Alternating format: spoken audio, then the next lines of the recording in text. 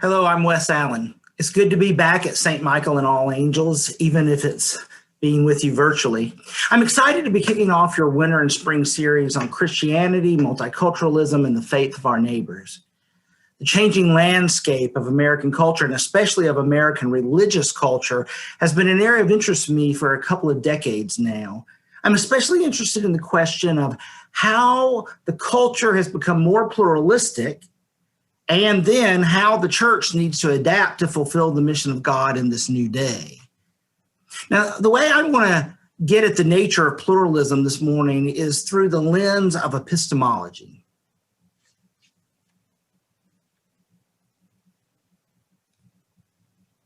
Epistemology may sound like some esoteric topic that only scholars who don't get out in the real world enough worry about, but it's just a fancy word for how we know what we think we know.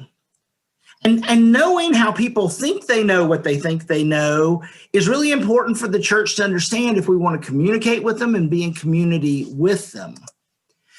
So we can think of three broad eras of ways of knowing that have changed throughout the history of humankind. The first is the premodern age, ancient epistemology, ancient way of knowing what we think we know. Now, in this worldview, truth is considered absolute.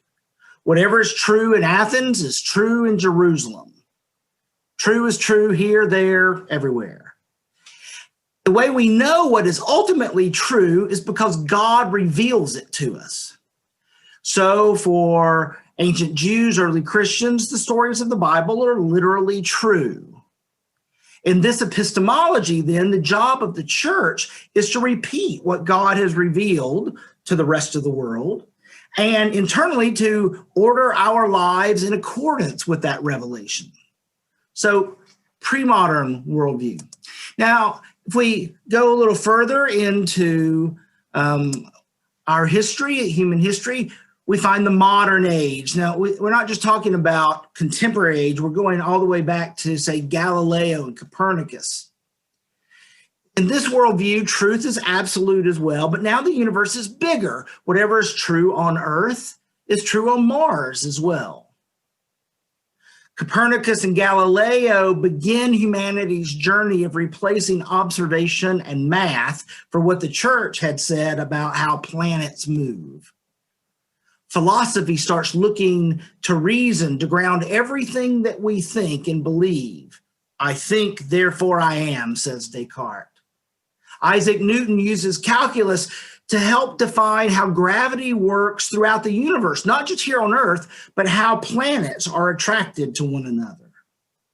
Now, all this results in the everyday person buying into the scientific method, whether they think in those terms explicitly or not. This is based on the idea that the world operates according to natural laws, according to natural instead of supernatural modes of cause and effect. So if the Bible tells a story that doesn't fit with this worldview, then reason wins over revelation. The church's job in this era, then, is to translate the language of the ancient faith into language and concepts that are reasonable to the modern mind. So truth is absolute. Reason, though, instead of revelation, is the ultimate source of authority. So we have truth continuing on in its understanding through these two eras, but the source of truth is different. Now, when we come to the postmodern age, a third epistemology seems to be developing. Now, we need to be clear that we're in the very early stages of this. In some sense, we see inklings of it at the beginning of the 20th century, but really it's the late 20th century where this way of thinking, we know what we think we know, comes into being. So we don't know where this is all going just yet.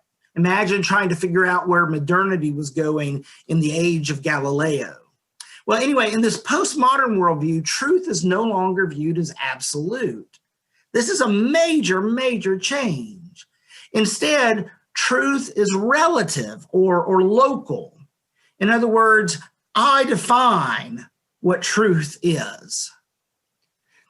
To be honest, I'm not even sure truth is the right category of concern anymore.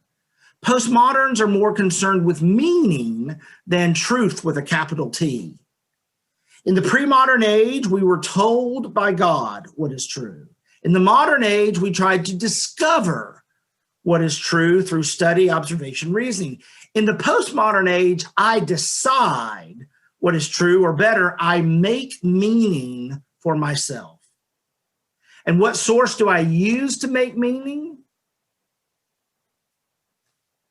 There's a strong rejection of authority from above in this worldview. So the church doesn't get to tell me what is true and meaningful, neither does the academy. The source I use to make meaning is experience, my local relative experience.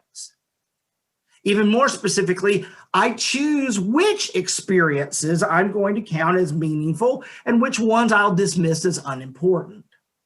Moreover, I'm quite fine with other people doing exactly the same as me. I don't need everyone to agree with me.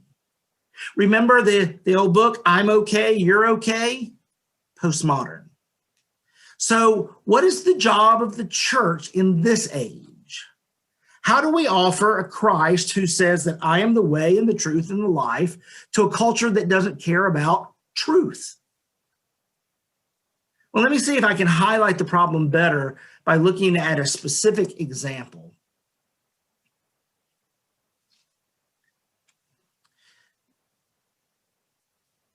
Postmodern, modern, and pre-modern are not simply historical markers. They are also different ways people think today. So pre-modern is still a worldview that some people hold, although it's a minority.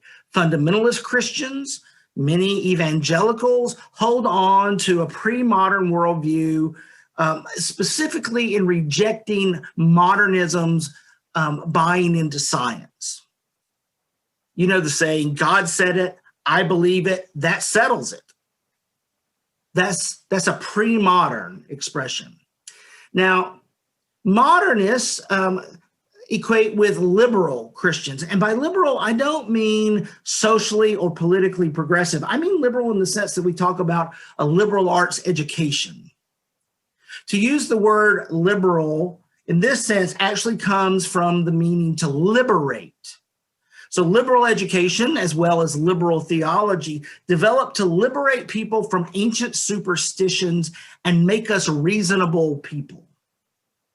Most of mainline Protestantism, and certainly most of older adults within mainline Protestantism, fit in this category, although to varying degrees, right? These aren't firm categories. They are, think of a Venn diagram where each one overlaps with the other in different ways. Now, then when we move to postmodern, we'll find that many who embrace a postmodernist kind of worldview fully, they may very well still see themselves as spiritual, but have no interest in religious institutions. They don't want anyone telling them what they should believe, what they should live, how they should think. So they pick and choose among religions and ideologies to create their identity and their understanding of the universe. It's a smorgasbord approach to making meaning. Consistency that might be valued by someone in the modern or pre-modern way of thinking may not be seen as important at all by postmoderns. So instead of making sure all these ideas I hold fit together, it's more, if it works for me, I'll use it. Let's examine a specific issue and see how each group approaches it. So let's talk about how the universe comes into existence. Well, pre-moderns take Genesis 1 and 2 literally. God created the world in 6 days, and therefore we can date the earth back, just several thousand years, and there it is. If science says otherwise, then science is wrong. Notice this doesn't necessarily have to be an anti-science view. It is simply that science is mistaken, as science can be at times. Modernists assume science is at least on the right track, even if it might have details wrong, is on the right track with physics' view of a Big Bang for the expansion of the universe and biology's description of natural selection for the evolution of life on Earth. Now, of course, the development of especially evolution, et cetera, led many people to become atheists. But for modern Christians in this camp, they instead argue that Genesis 1 through 2 doesn't speak a scientific or historical truth, but instead a theological truth. Speaks it in an ancient tongue, and we must translate it into today's way of thinking. So we don't throw out Genesis 1 and 2, but neither do we hold on to it in a way that doesn't fit with our worldview. Postmoderns, well, what do they think about the question of the origins of the universe? My interest in postmodernism was really jump-started when I was teaching a religion and science course at a liberal arts college in Indiana. The students in this course were all first semester students. My job as a professor was different than my job as chaplain at the university. I wanted to raise questions, provide options, teach them to think for themselves. I was not trying to push my faith on them in any way. And I'll never forget this one exchange that occurred when we were studying evolution. An 18-year-old woman who had introduced herself as a fundamentalist was also a pre-med student. And when we came to evolution, the woman was defending a literal view of God creating the universe in 6 days, and a young atheist in the class was pushing at her hard. How can you be a biology major, he said, and not accept evolution? That just doesn't make sense to me. And without blinking and with full sincerity, no trying to avoid the subject. I mean, she was completely honest and open at this point. She said, evolution may be true for you, but it's not true for me. True for you, but not true for me. I realized something was changing right then in the world. She called herself a fundamentalist, but really she was a postmodernist, allowing for different truths to be side by side without conflict. Whatever you want to believe is fine with me, and you need to respect that I can believe whatever I choose to believe, whatever I decide is meaningful for me. In the coming weeks, you'll be hearing about a lot of different forms of multiculturalism and pluralism and other faith traditions. I think this multiplicity of epistemologies overlaps with all of them. Moreover, here, we're not just talking about differences outside the church, but also inside. I'm sure that at St. Michael and All Angels, there are different people who lean toward each of these three categories, and even more, I would include myself in this, who embrace aspects of two or even all three of these different epistemologies. That blurring of lines is also a characteristic of postmodernity. Part of what makes it so tough for the church to figure out what its job is today then is that not only is our culture pluralistic, but so is our church, and so are we individually. What I'm going to propose as an answer, or maybe as a partial answer, to shifting our approach for being church in a pluralistic society is going to sound overly simplistic. But I recognize it's not simple at all. I propose that the church must shift from trying to speak to the world directly, speak to the world, down to the world, to being in sustained conversation with the world. Conversation is a different mode of existence than we've usually taken. Now, one of the reasons this is not a simple answer is that we have this huge hurdle in today's society that we are divided. We are strongly divided politically and otherwise, which means we almost always turn dialogue into debate. The goal of debate is to win. It's to be right, and it's to persuade others that you are right. This means that in debate, there is always a loser. In true conversation, there's no winner or loser. Conversation's not about being right. It's not about being persuasive. It's about sharing of oneself and receiving of another's self. Argument divides, conversation connects. Before the postmodern church speaks to the world these days, then the church must find ways to listen to the world, to listen to those who differ from us. And we've got to listen not just with ears toward, the question of what approach do I need to take to persuade them? No, we need to listen with open ears, with open minds.